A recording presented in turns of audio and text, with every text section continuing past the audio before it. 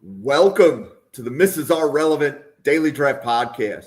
I am joined by Dalton and Don't Blink Dalton, and we're going to talk about the Baylor Arizona State game in a few minutes.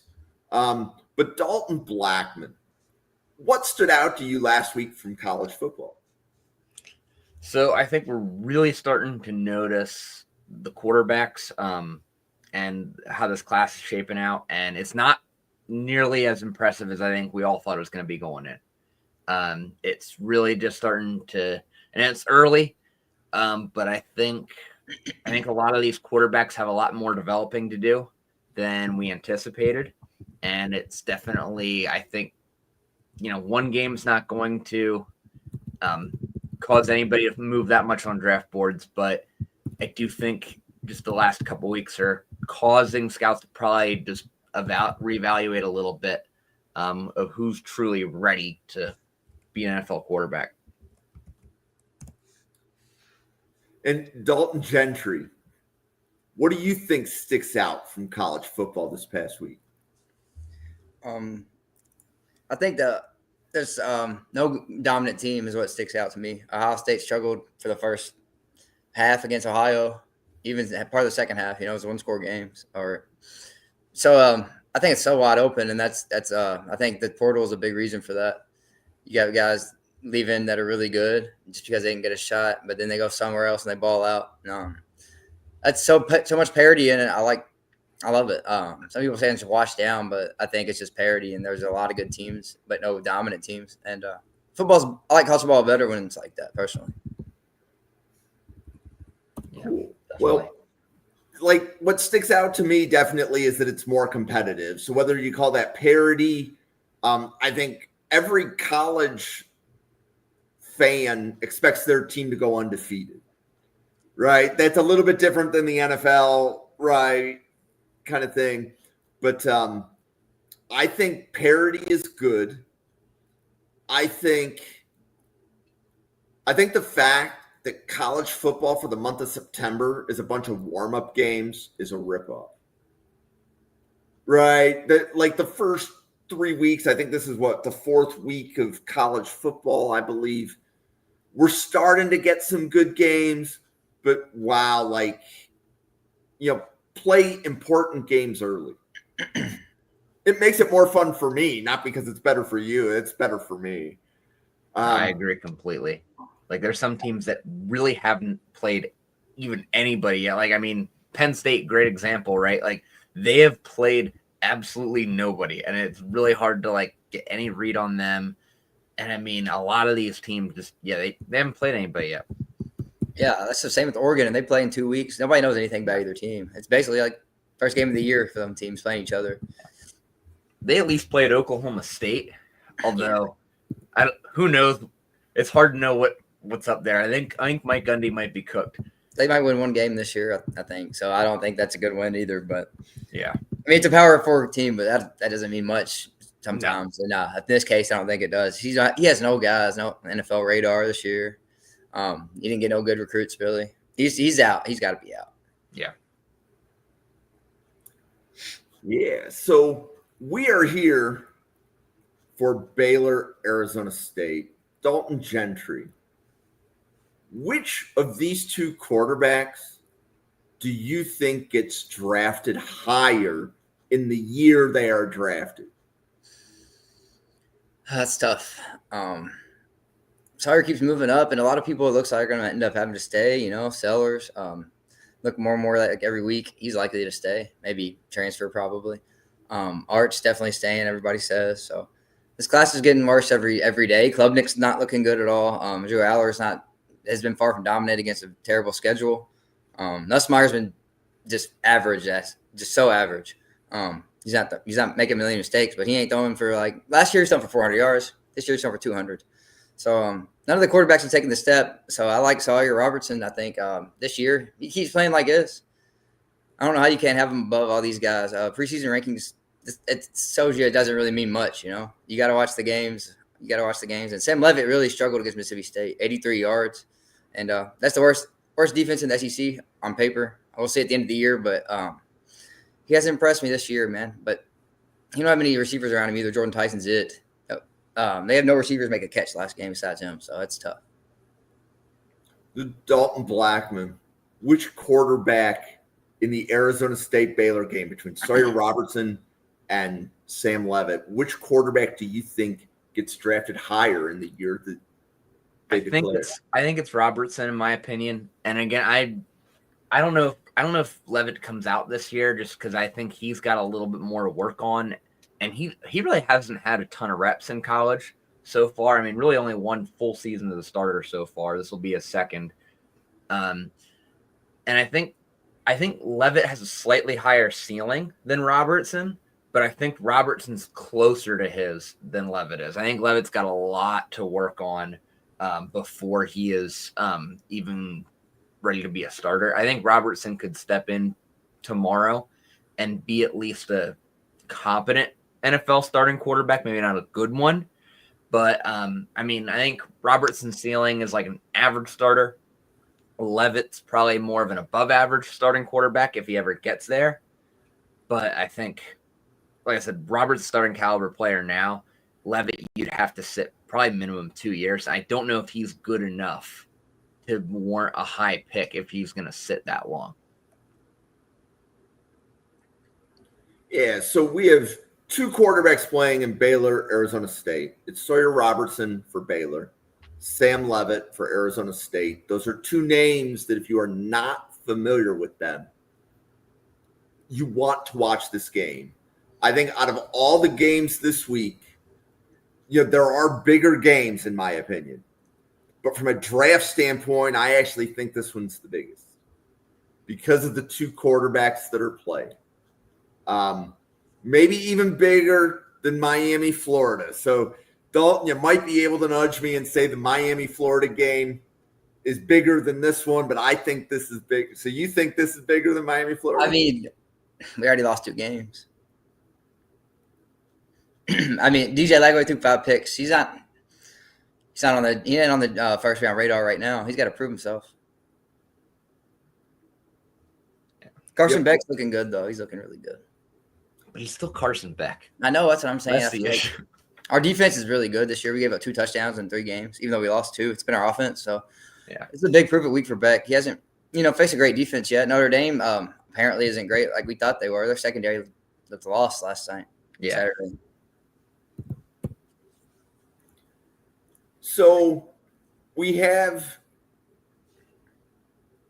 Levitt, who I think Dalton Blackman, if I was listening to you, you think Levitt is the higher ceiling between Robertson and Levitt, but you think right now you would draft Robertson higher. Is that how I understood your take? Yeah, I mean, Levitt, I think the mobility, I don't know how much he's going to be able to rely on his legs at the NFL level. Probably not as much as he is in college, but the mobility is like a big plus for him.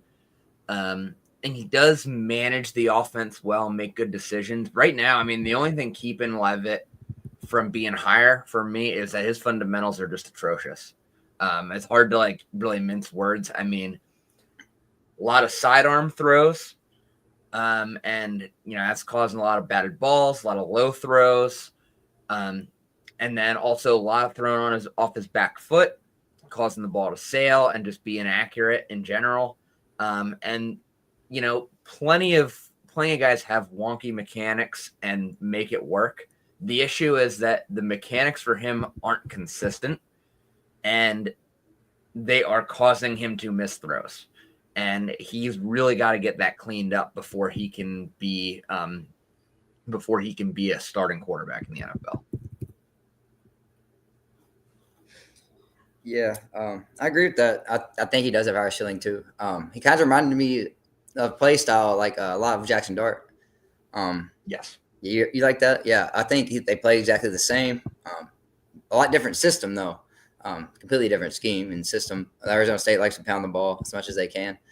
And Ole Miss is all spread it out, But the offense doesn't help them out, I don't think. And the recruiting definitely hasn't either. I mean, you got one receiver to throw to. It's hard to really look good, especially against a good team. You just double them, take them away. Nobody else is open, and it makes you look bad. So I think he definitely comes back. This year, I don't think he'd be a day 3 pick probably. Late day 2 for me right now, but I mean, that's really based solely on ceiling. Yeah. I'm with you. Yeah. But I think the world needs to start preparing for if Sawyer Robertson is playing as effective as he is. I don't see him falling beyond the Los Angeles Rams wherever they pick. Right? To me, he just feels like a quarterback. You give him about a year of development, maybe even just 8 games behind a guy like Stafford, and then you're almost ready to turn it over to him. So, like, the world has to start getting ready for that. And one of you said this earlier, doesn't matter what your summer scouting rankings were. You got to focus on where they are now and not necessarily what your ranking was of the player in the summer.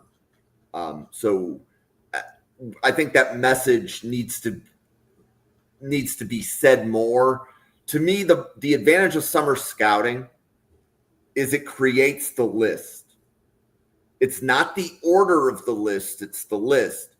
Most of the players in the Draft Professor chat that we're talking about are not new. They were on the list already. The only difference is we've moved them up a tier, or we think they're moving up a tier. I don't know that there's that many names that are new. Do either of you guys have an opinion on that? You can go, Dalton. Like, on the list, anybody new? Let's see. I mean, I did Arizona State preview this. I was the one that was on that show. Looks like we talked about everybody. Nobody really standing out that's new this year. I had Ashton Hawkins, I think, from Baylor, is a guy that should be on a lot of people's boards. He had 257 yards already this year. Went for 145 against SMU, 10 catches. Really explosive guy. Undersized, 5'10", 168. Probably going to be more returner in the NFL, but that's back now. You need to go returners. Tim DK's made a huge impact to return in the first 2 weeks of his career. So you could get a late round draft pick, and he can get you the ball at the 40 every time. That's pretty nice. And that's a new strategy I think they're going to take. And Hawkins is big for that. But besides him, everybody else is pretty much already on the list. Just the list changes, though, like you said. And Sawyer Robertson should be way ahead of Cade Klubnik on ahead of everybody's board. You see something from Klubnik, in my opinion. Yeah. So is Jordan Tyson, Dalton Blackman, the highest graded player that you have for either team in this game? Yeah, absolutely. Yeah, he's the only guy I have a first-round grade on right now out of this group. I'm a little lower on Robertson than I think some of you guys might be. I mean, right now he's a fringe. Right now he's an early third-round guy for me right now. Maybe right on the fringe of being a second-round guy. I just don't know if the ceiling's high enough yet for me to be feeling good about him being a first-round pick. I think it'd be a bit of a reach. But in this class, he'll probably go in the first round. You should probably, if anybody's betting out there, you got great odds on him on win the Heisman right now. You need to jump on it. It's like crazy odds right now. And their schedule is pretty good. They could end up losing one more game, maybe go 10-2. And if he puts up great stats, he's got a good shot. Nobody else is standing out at all, in the Heisman race. It's only 3 weeks, but still nobody else is putting up crazy numbers at all. So this guy's, I think, he's a dark horse sleeper and should be the leader, but nobody's talking about him. So one of the things that I like to point out, like with grades, right? So I think most people, a first-round grade is an immediate starter. Right? There's maybe a couple of other definitions, but ultimately, if you boil it down, a first-round grade is a player you expect to start immediately, and a second-round grade would be a player that you project to start sooner rather than later. Yeah. The only difference would be quarterback, because even if you say like a quarterback is a third-round grade, where third-round grade still projects to be an NFL starter, you need a little bit of work. Well, if you're a quarterback, that's still a round one description, right? Because not all quarterbacks start day one, right? Cam Ward obviously did, but Jackson Dart didn't, right? But they're both first-round quarterbacks. So if Jackson Dart went in round one, Sawyer Robertson can go in round one. Yeah, I think he will. I don't know if I think those are good decisions. I don't know if the Giants made a great decision spending that high of a pick on Dart. We'll see, but that's a whole other conversation. But yeah, that's the thing with quarterbacks. It is tricky, especially right now when I don't really think the supply of high quality quarterbacks is very large, both at the NFL level and coming up from the college ranks right now. I think teams are just trying anything right now. I mean, you look at some of the guys that are starting games right now in the NFL, it's pretty rough. Yep. Well, and to kind of flip back to Sawyer Robertson, and like, I love the Jackson Dart like analogy, and obviously Dalton Gentry with you being a Giants fan. So my opinion is that Brian Daboll could not wait a year. There was no right from a job security standpoint. He and Shane, if they don't win this year, they really don't have a shot at staying. However, the selling point would be, well, look, Jackson Dart played really well like the last 8 games of the year. Give us one more year with Dart and make the decision right. He can buy himself a year. Yeah. And to me, it was more job security, because if the Giants flip GM and head coach, the new coach is going to want a new quarterback. Yeah. Right. So this may have bought Daboll, actually. Like, I think drafting Dart bought Daboll one more year. But Dalton Gentry, what do you think of that take? Yeah, I agree. Our offense looked really good without him yesterday, but just the defense was terrible. But I think it definitely bought him a year, because he did play great in the preseason, and he played a little bit Sunday. He had a couple packages. I think he ran like 4 or 5 plays. They let him throw it once, but he got to bat it down. But it's good to see him at least playing a little bit, getting his feet wet. But I don't think he's ready to start. So if they rush him, I don't think it's going to be good. I think he needs a lot of time to learn from Russell Wilson and Jameis, 2 really good vets. He can learn a lot from them in practice, and then watching Russ run the games, and especially the way he played yesterday. 450 is the best game he ever played, probably. So I think he needs to watch, man, coming out of that system. Hey, Daniel, it's good to see you. The other half of Home Squad Sports right there. Okay, so we have Jordan Tyson from Arizona State. He's matching up against cornerback Caden Jenkins from Baylor. Does Jenkins even have a shot at, let's say, stopping? No, probably not. But I think Baylor can double him, man. I think you can double this guy with the rest of the weapons they got on this team. That's the problem. Yeah, I mean, the only other weapon really for Arizona State that I'm even like looking at, and it's really more about build than it is production, is Malik McLean. I mean, he's at least interesting just because of how big and fast he is. But I mean, really, Jordan Tyson's their main weapon, and Malik McLean at this point, if he was going to be productive, I feel like we'd have seen it by now. Yeah, three catches this year for 13 yards. Yeah, it's rough, and it just doesn't make sense, because you like, he does jump out on tape. You're like, this dude's huge, and he moves pretty well. I don't know what it is. Yeah, but I mean, Tyson still got 314. But he hasn't played a great defense yet, at all. He played Texas State, Northern Arizona, outside of Mississippi State. So that's where he got most of his numbers, was those 2 games. I think he's going to struggle in this one, but not because of that corner, because they double him. They have a 2 high shell on him. And if you catch anything, it's got to be underneath. Yeah.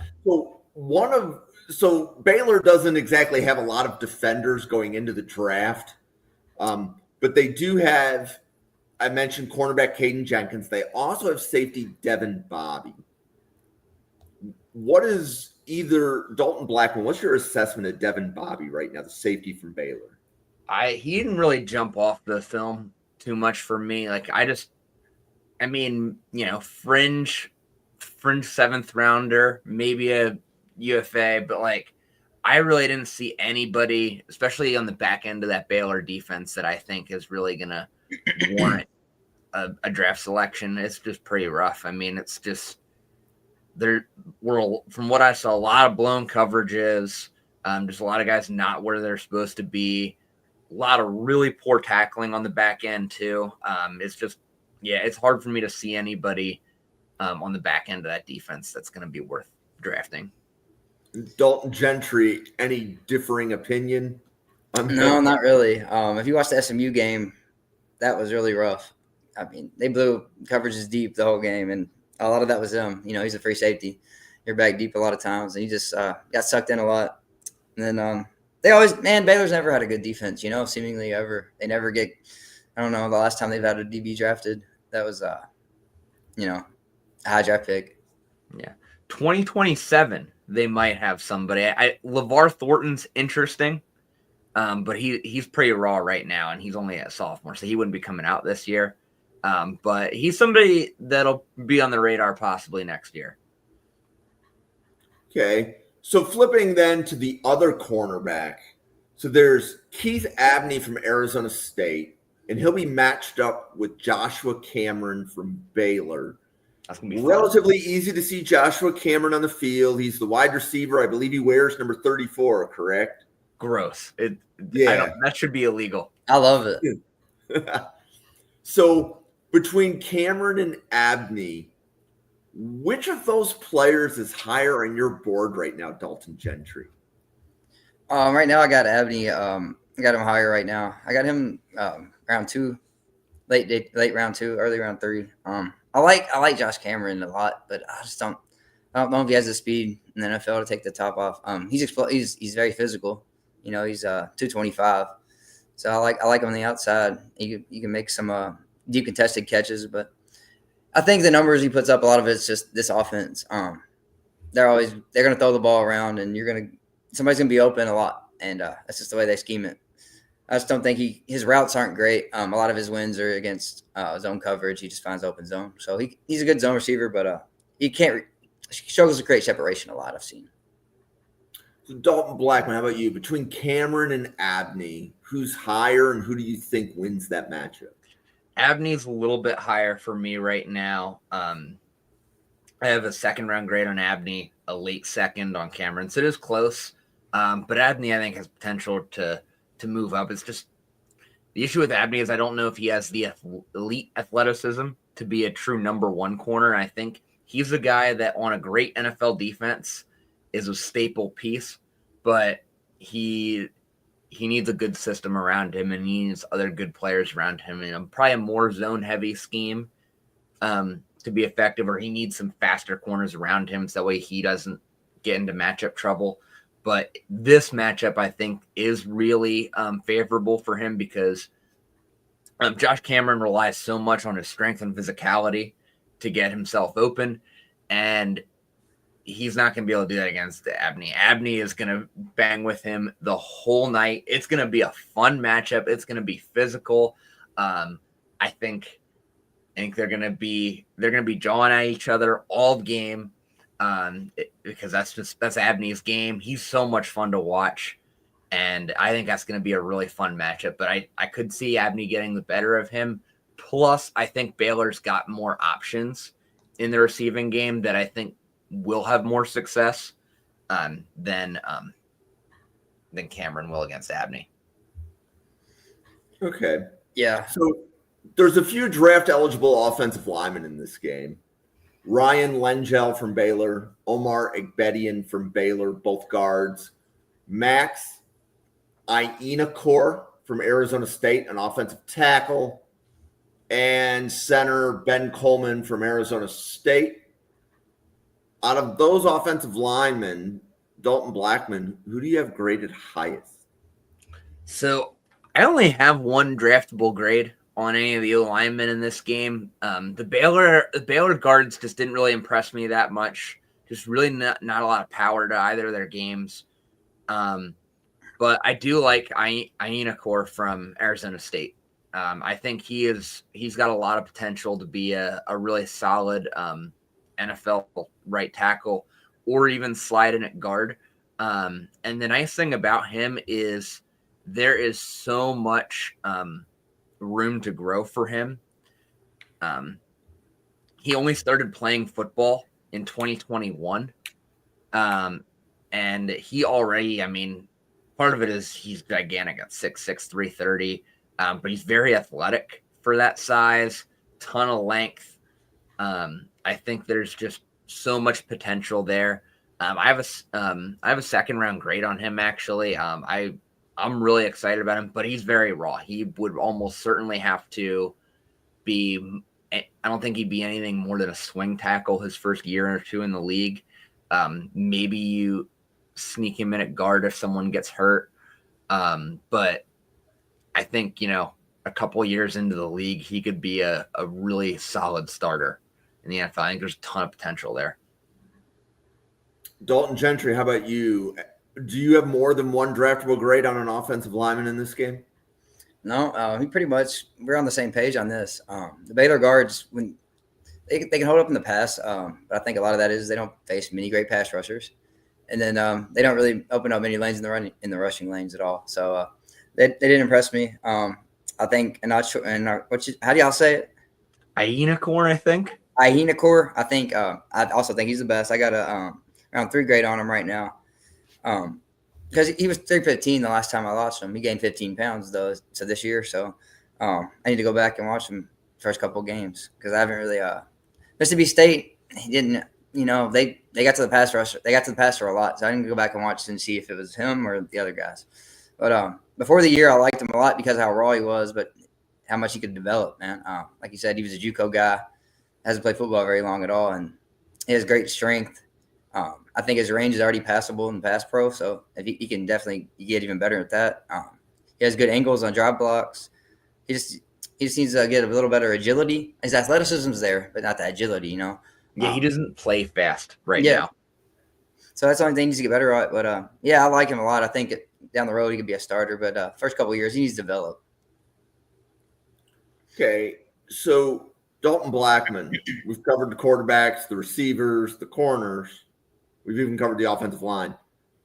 Take all those guys away. Who is the next best draft-eligible player in this game? So there's a couple guys in the passing game that didn't really get to mention yet. The next highest grade I have, we haven't talked about yet. Actually, another undersized Baylor receiver. Dalton mentioned one of them, but a guy that I really liked was Cole Wilson from Baylor. I know he's incredibly undersized at 5'9", 175. But he's just so quick and he's so sudden on his out of his breaks. And he really is a very fundamentally sound receiver in terms of his hands, tracking the ball. I just think if he were a little bit bigger, we'd be talking about him as a fringe first rounder. I have a third round grade on him right now. But that's really purely because of his size. I mean, he's really only going to be able to be a slot receiver at the next level. And to do that, he probably needs to put on at least 10 to 15 pounds minimum. That's kind of the only issue with him. But I mean, the tape is the tape. Yeah. Dalton, how about you? Did you have anything on Cole Wilson? Yeah, it's pretty much just like Ashton Hawkins to me. I mean, they're pretty much the same receiver. So what I said about him applies to Cole. They're both really undersized, help him return game a lot more than on offense. You don't see a lot of sub 180 receivers succeed in the NFL. Tutu Atwell is probably the only one. He had one good year. That's about it. It's really hard to do, Tavon Austin showed that. Everybody thought he was going to be great. I was hoping he was too, but it's just really hard to. But somebody I'm looking for is Michael Trigg. Somebody made a comment about him. Man, he's so physical. I love watching him play, man. He plays bigger than his size, 245, not exactly small, but he ain't a huge tight end. But you wouldn't know by watching him play, man. And if he touches the ball, he's catching it. Some of the best hands I've seen in tight end position in a while. I really like this guy. I think this is his game. He's gonna. I guess already at 99 yards, 7 catches. SEC defense. A lot of draftable guys in that defense. A lot more than this team. So I think he's gonna have a day. Yeah, I like Trigg. I want to like him more. My issue with him is I just don't think he's a tight end. You watch him play, I mean, it's just a big receiver. He moves like a receiver in terms of his route running. The other issue is he blocks like a wide receiver, and that's kind of a concern.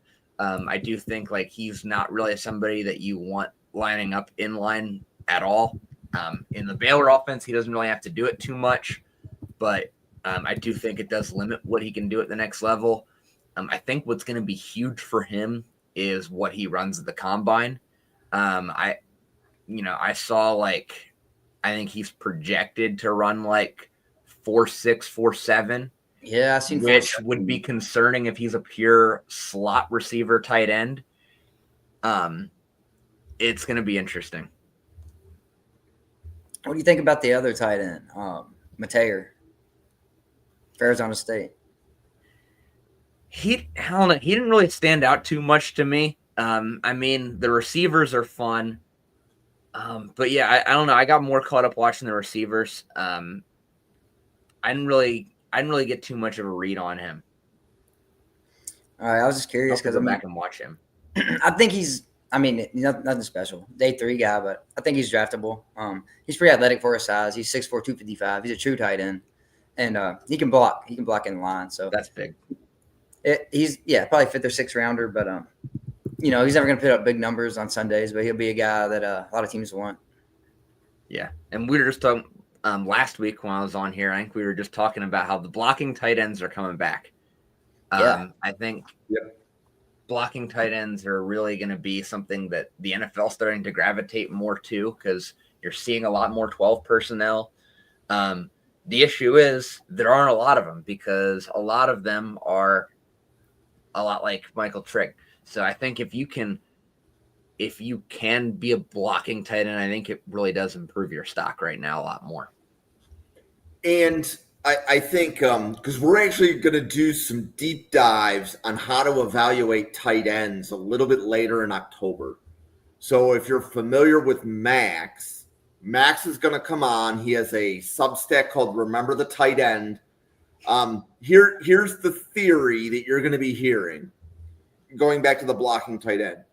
As a tight end, you have to be an adequate inline blocker. And adequate can be measured with a little bit of a curve. But the theory is you need a 6-man surface for the running game to work. So you need to be able to create a 6-man blocking surface to get all the gaps that you want in the running game. And you need a tight end that's going to do that. And the key is you have to be an adequate blocker. If you are not an adequate blocker but play tight end, you should be compared to a slot receiver, right? So the example, and actually with Ryan Sparks here, yeah. So I'm trying to remember the Gesicki, right? So Mike Gesicki is a great example of he's a tight end, but he's not an adequate blocker. So if you're playing Gesicki, your trade-off is, would you rather have a slot receiver, Jermaine Burton, or would you rather have Mike Gesicki on the field? And then Max's favorite one to use is actually Dalton Kincaid from Buffalo. I'm a Bills fan. Dalton Kincaid needs to outperform every slot receiver on Buffalo, which would include Khalil Shakir, right? And Shakir is actually one of Buffalo's better weapons. So we'd rather have Kincaid in the field or Shakir. Now, Buffalo will have some personnel groupings where they're both in the field. But the idea is if you can't block as a tight end, you're really a slot receiver of some shape or size. And then you have to be a tight end. If you are some shape or size, you have to be a tight end that is going to be a plus matchup, right? Like Brock Bowers, even if he couldn't block, is a plus matchup. Yeah. Right, with his athletic ability. Same thing with Kyle Pitts. Yeah, they're basically receivers at this point. Exactly. So the idea, though, is that so if we're looking at Michael Trigg, the question, the test would be, is he an adequate blocker? What do you guys think? I don't know. The blocking was not great. I'd have to see more. I mean, I think he's big enough that you can coach it, which is helpful. That's kind of the one thing that he's got going for him. I think he has the size to be an adequate blocker in the NFL. But the technique right now and the interest in blocking, I think that's the biggest thing for him right now is I don't think he's very interested in blocking. Well said. That's what it looks like. You don't really want to. It's not that he can't. He just doesn't. He's not interested in it. Coaches must not enforce it there. Yeah. Good example of that. Mason Taylor last year at LSU was kind of the same way. Had all the ability to be a blocker, just didn't. You could just tell it watching it. He just didn't like blocking, and I think that moved him down a lot of people's boards last year. So I'm curious what it does for Trigg, and that's why I think what he runs is going to be so important at the combine, because that is going to really determine whether or not he is good enough of a slot receiver that you overlook some of the blocking. Yeah, so actually, how would you compare Trigg and Mason Taylor? That's actually a good discussion, because I think I hear Trigg almost in the same category, but what do you guys think? Dalton Gentry, what do you think? I like Mason Taylor more as our prospect, honestly. I like Trigg, but I think Taylor's better after the catch, for sure. Yeah.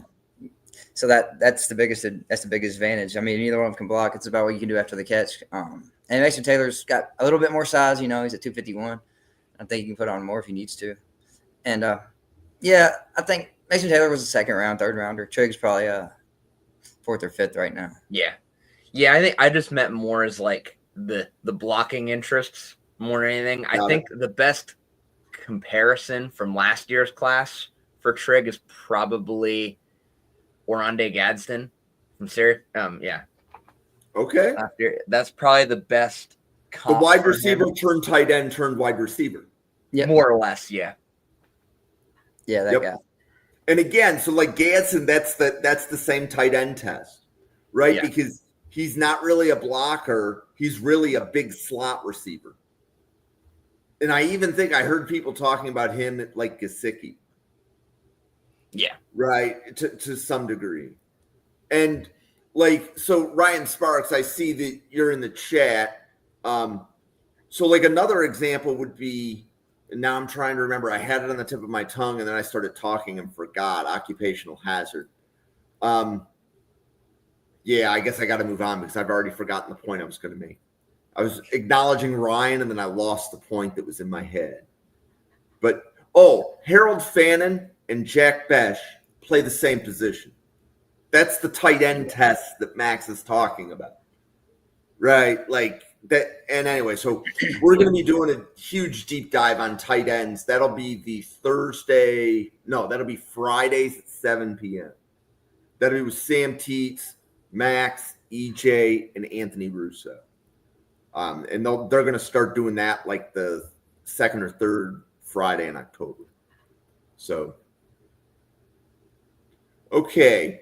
So as we look at Baylor, Arizona State, we really went on a tangent there. That was pretty good. Yeah.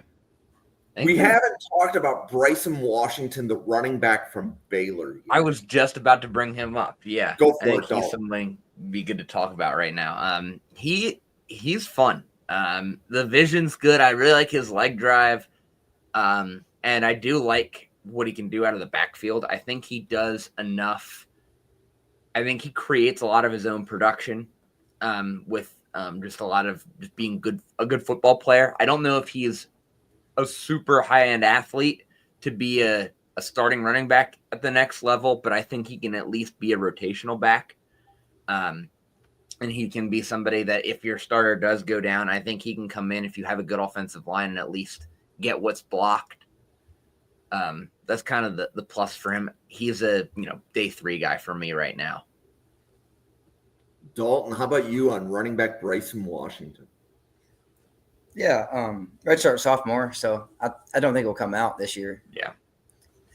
For one, but I like his game a lot. 1,000 yards last year as a redshirt freshman, 5.9 yards per carry, 12 touchdowns. He's fast for his size. I think he's really got the top end speed. If he's up in field, it's hard to catch him. And 216, that's impressive. So I think with another year development, he can be a day 2 pick. But this year, if he comes out, I think for sure would be day 3. He's I like him though, man. I like him. He just needs to get more jukes, spins, that kind of stuff. I like the other running back too, Dawson Pendergrass, but he's been hurt all year. Don't know anything about him. He had a good year last year. Yeah. The tricky thing with Washington is if he does stay for another year, my worry is if he stays for another year, I think Baylor's got another back that's ready to take on a bigger and bigger load in Caden Knighton. He's starting to look kind of impressive as a freshman, and I'm worried, I think if Washington did stay for another year, he may have to look into transferring. Okay. And my advice to any running back is that you're better off declaring when you're 20 or 21 Absolutely. than staying in college until you're 23. So if you're a running back and you're watching this podcast, the NFL is going to ding you on your age the moment you turn 22. So you try to enter the NFL before you turn 22. You're better off being a 5th round draft pick at the age of 20 than you are trying to improve your draft stock, but then coming out when you're 22. I think Nick Singleton's going to be a great case study in that this year. Whether or not he did actually improve his draft stock from where he was last year. I think it's going to be very interesting to see if he moves up or drops at all from last year. So how high did you have him last year, Dalton? Singleton, I had him, I believe he was my RB3. I think I had him right behind Hampton. He was pretty neck and neck. So I had early 2nd round grade on him.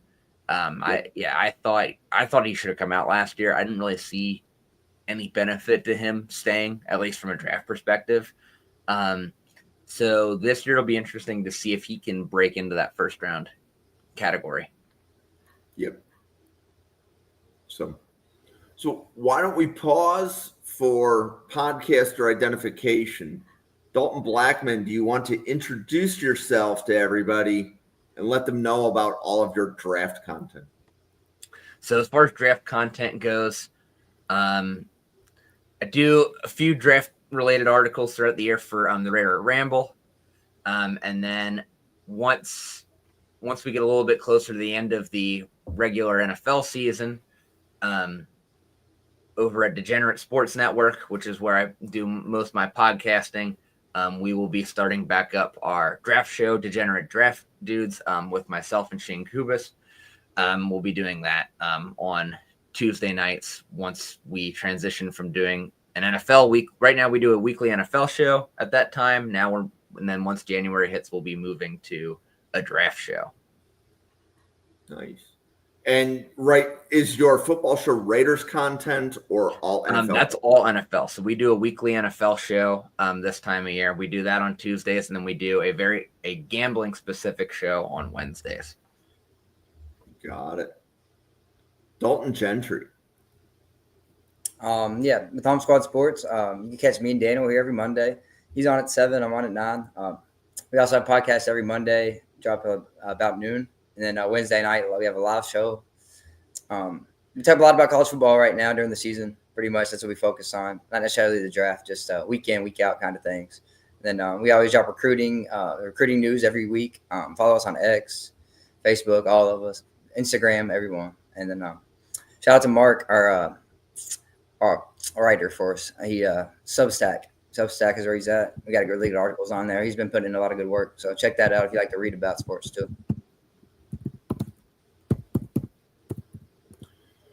So you can follow the channel at NFL Draft Fanatic. No, I am Fanatic. And what we do here at Draft Professors, we podcast on the draft every day. We couldn't do it without Dalton and Dalton showing up one day a week. And by 24 people showing up one day a week, what we get is a podcast every day. So in the month of September, we're doing game previews just like this. So Baylor, Arizona State, we're discussing the draft eligible players in the game. We're kind of confirming, who has a draftable grade on these offensive linemen or whatever. Because what we're going to start doing in October is we're going to break down the whole draft class, 8 players at a time. So this specific time slot will be Dalton and Jake breaking down defensive linemen. And they'll be doing somewhere around 9 podcasts where they will cover 8 defensive linemen on each podcast, giving you what their grades are on them.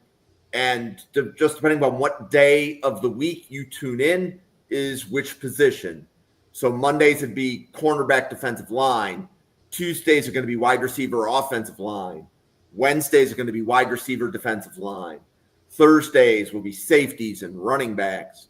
Fridays will be tight ends, linebackers, defensive backs. Saturday morning will be offensive linemen again. And each week, those positions stay the same, but the players that we talk about are different. And when you go to the YouTube, there's even playlists. Like you can go right now. There's a quarterback playlist on our YouTube. So if you wanted to hear more about Sawyer Robertson and Sam Levitt, this is not the first time we've covered them. So you go to the quarterback playlist and you would be able to hear different podcasters breaking down those quarterbacks. Same thing, wide receivers, same things, every other position group. So do either of you guys have anything on Keaton Thomas? Solid linebacker, like solid college linebacker. I definitely he was like one of the better players on their defense from what I watched. I just don't know if he has everything there to be more than just a good college player. Fringe day 3 guy. Yep. And to give you an idea on linebackers, so we broke down the linebacker class privately yesterday. So the people that broke it down were Sam Teets, James Foster, myself, and Anthony Russo. On average, approximately 25 linebackers get drafted. The first 16 were easy. Like I said, here's who I've heard are the best 16 based on all the podcasts we're doing. There was no objection to the list of 16. So then we had to take the rest of the linebacker list and we had to pick out the 8 that we liked. Right? So basically that's like how competitive linebacker is, because we know 25 linebackers get drafted. Right? Because teams want them in the back of the roster, special teams and stuff like that. But realistically, there's 8 guys competing for those round 6 to 7 spots. And ironically, even with that list of 8, the first 6 on that list of 8 were actually easy, in that 2 people agreed on 6 of the 8 instantly. And then it was a discussion as to who makes those last 2 spots for who we would cover on a podcast. Because there was a discussion, we don't want to talk about a lot of UDFAs because agents will pay for those scouting reports. So we don't want to give them away for free on a podcast. That was part of the discussion. So I thought that was kind of funny. And Ryan, that would not surprise me at all. Yeah. Right. Joe Andreessen for Buffalo, Sean Dolak for the Rams. And I'm sure you can give me a lot more names. So absolutely. Absolutely. Yeah. And what's funny is not that many of them actually get rostered, but I think teams just really want to collect them and then see who's worth keeping for special teams and maybe as a depth linebacker, and they can develop. It's also a position with a ton of attrition. I mean, you're going to have linebackers go down throughout the year, every year. Yeah. Yep. Okay, so Baylor, Arizona State. Give me a minute here. I'm going to give you my over-under. 1, 2, 3, 4, 6, 7. 8.5 over-under Dalton Blackman. 8.5 players in the Baylor, Arizona State game get drafted in 2026. I'd say over. I'd say... Yeah, I think it'll be close to a dozen, at least. Dalton Gentry, over under 8.5. I'm thinking over too, but just 9 or 10. It's barely over. So 8.5, I would actually take the under. Based on listening to you guys, Jordan Tyson, wide receiver. Keith Abney, cornerback. Max Iheanachor, offensive tackle. Sawyer Robertson, and I believe that's 4. Joshua Cameron, 5. Michael Trigg, 6. And then would 3 more between like Lengyel, Aigbedion, Bryson Washington, Sam Levitt. Xavion Alford. Yeah, I think there's a couple of receivers that could go from Baylor, and then also one D lineman that I don't think we mentioned for Baylor, Jackie Marshall. I think it's got a lot of potential as a day 3 guy too. I think as a pure 3 or 4 technique, but some significant potential as that with the size and athleticism. Right now, he got a little banged up early in the year, but he's somebody to watch. Have you watched him at all, Dalton? No, not much, but I do got a couple guys from Arizona State that we can talk about that I think could get drafted. Xavion Alford and Myles, both of their safeties, I think, could be day 3 picks. And then also, who else they got? Oh, Clayton Smith at end. I think he could be also a day 3 pick. Yeah, he's a decent pass rusher. You can put him on the field in pass rushing situations if you don't have anybody else, and he might be able to get a couple sacks. So, but that's it for the round 1 through 3. There's not many guys in this game that's going to go high. I don't think. It's more of the late round guys. Yeah. Well, for Dalton, myself, 94 podcasters at the Draft Professor, Ryan Sparks, thanks for popping by the chat. Team JPC, you are here frequently. Great to see you in the chat. Thank you for stopping by. Our next podcast is tomorrow at 7:30, covering Clemson, Syracuse. Have a great night, everybody, and we'll see you on a podcast again tomorrow.